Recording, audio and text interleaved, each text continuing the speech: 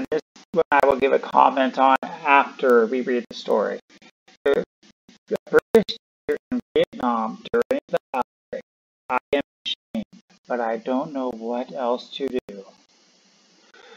School closures due to the outbreak left Mr. John, an English teacher in Ho Chi Minh City, unemployed. No money to live. He had to beg for help from strangers.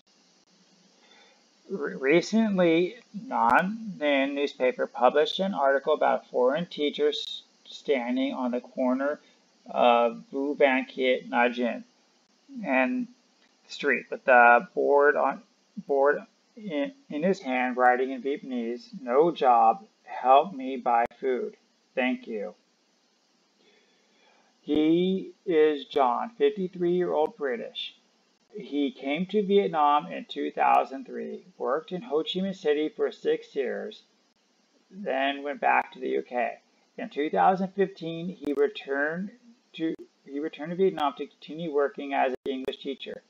However, since the outbreak, he has been in a difficult situation with no way to earn a living. Okay, it is true, unlike the West, Vietnam did close down around January 19th because it was their traditional holiday Tet, and between that and February 3rd, the outbreak started and the schools never reopened on February 3rd until this day. So all academies and public schools are closed. You probably waited too long to get online teaching. That's okay. We'll get back to that. I am ashamed, but I do not know what else to do. I am going to comment on that after we read the article. Okay. Mr. John shared, "I just came up with this idea last weekend. When the savings were exhausted, I stood in the street for about 2 hours. Some people left when they saw me. Some gave me $20,000 to $50,000. So basically, 20,000 dong is $1 US, and 50 is about 2.5. With about 200,000, I went home to buy food. I'll be honest with you, with this virus going on, I can live on 100,000 a day. I don't need to, but I can. I usually it's how much to feed me. It was like 15 to 20,000 dong. So I usually like to buy 2 of those if I want. Then I'll buy maybe a coffee drink, and that's all I need. Other times I will go and I'll buy some pastry or some Japanese noodle shop. So yeah, life is very cheap. Let's just keep going. The only reason I can do this is because I'm wearing a face mask. People do not recognize who I am. Honestly, I am ashamed, but I no longer know what to do. I have to live," he said. "Yeah, so where's your family back home? Or your friends back home?" And we're going to get on to a little bit more in a minute. Mr. John said he worked at a private educational unit in Ho Chi Minh City for nearly 3 months now. He has not had any, well, he hasn't worked for 3 months now, yeah, as I explained. He hasn't had any income because all the students and language centers have been closed due to the virus. That's true. With the remaining money in his account, John had to pay the visa and rent, so he could not afford to buy food.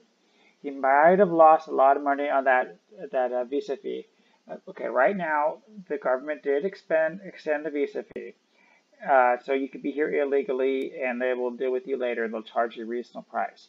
But just like a concert ticket, because of all the pandemic that was going on in February, March, there was a big high scalp, like $500, for 30-day visa. So that $500 US. So that would be like 6 million dong. Okay, actually no, 6 million. That'd be like 10 million dong. So 6 to 10 million dong for a 30-day visa. That's more than rent. My income for teaching is about 20 million per month. I paid the rent 6 million dong a month. That's quite very high, actually. That's one problem I have with this guy. So he pays 6 million a month, and his visa for it was 4 million. Okay, so that for 3 months. Okay, that's reasonable. But now I am only spending money. I'm not earning money. I really have no other choice. So he spent 6 million a month. He spent a lot on rent. Why did he not go to, they have these places, like kind of like a hostel. There's maybe or maybe not closed, but even if they are not closed, he could have gone to a much cheaper city for like a few dollars. He could have taken a bus and he could have gone to a different city and got rent for, I don't know, $1 million. But then again, he probably would not have had the foot traffic to give him money to live. Because Ho Chi Minh is very crowded people, so more people to give to you. Okay, so the British Embassy. Okay, so the British Embassy in Vietnam was informed about his case. Talking to Vietnam Net in the afternoon on April 13th, an employee of the British Embassy in Vietnam said that the embassy had been informed about the case.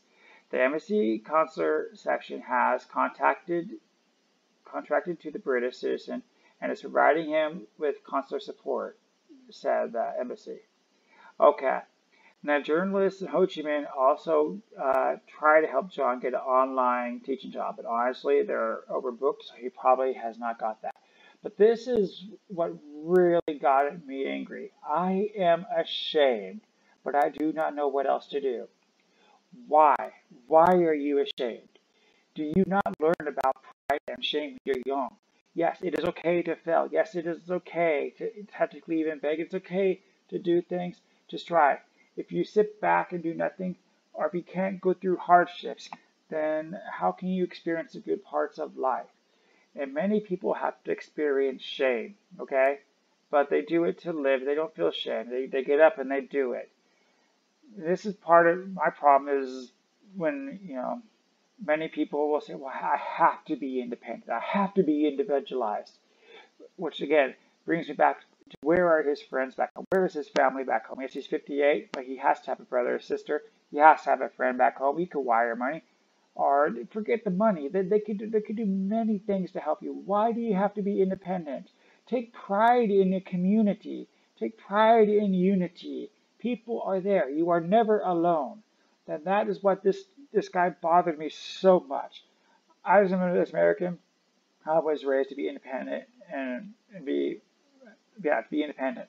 And while I do strive for that for different reasons, I also realize by myself I am nothing, and I can always achieve much more in a group. So I try to achieve 80-90% of my own stuff with my group. 10-20% of the time is my individual work, my individual time, my contribution to the society culture. So build on your friendships. Don't leave your family behind. Don't leave your contacts behind. Don't leave your communities behind. Be assertive. Be part of a community. Communities get through crises better. Anyway, leave your thoughts below on this story. I would definitely love to hear them. I have one more thought on this. I didn't bring it up. Doesn't the UK have any safety net for their people? I mean, I don't know. America's got unemployment, and America's got food stamps or whatever for poor people. And I know you don't get that in Vietnam, but that also brings up my other effect with this guy problem. If you were here since 2015 and now we're 2020, you did not save.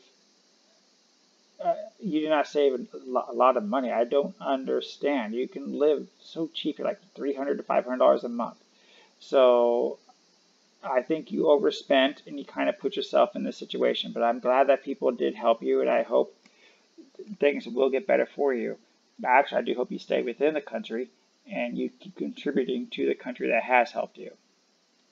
Well, that will conclude Loyal World News. Thank you for spending your time with me today. Feel free to like, subscribe, or drop a comment below.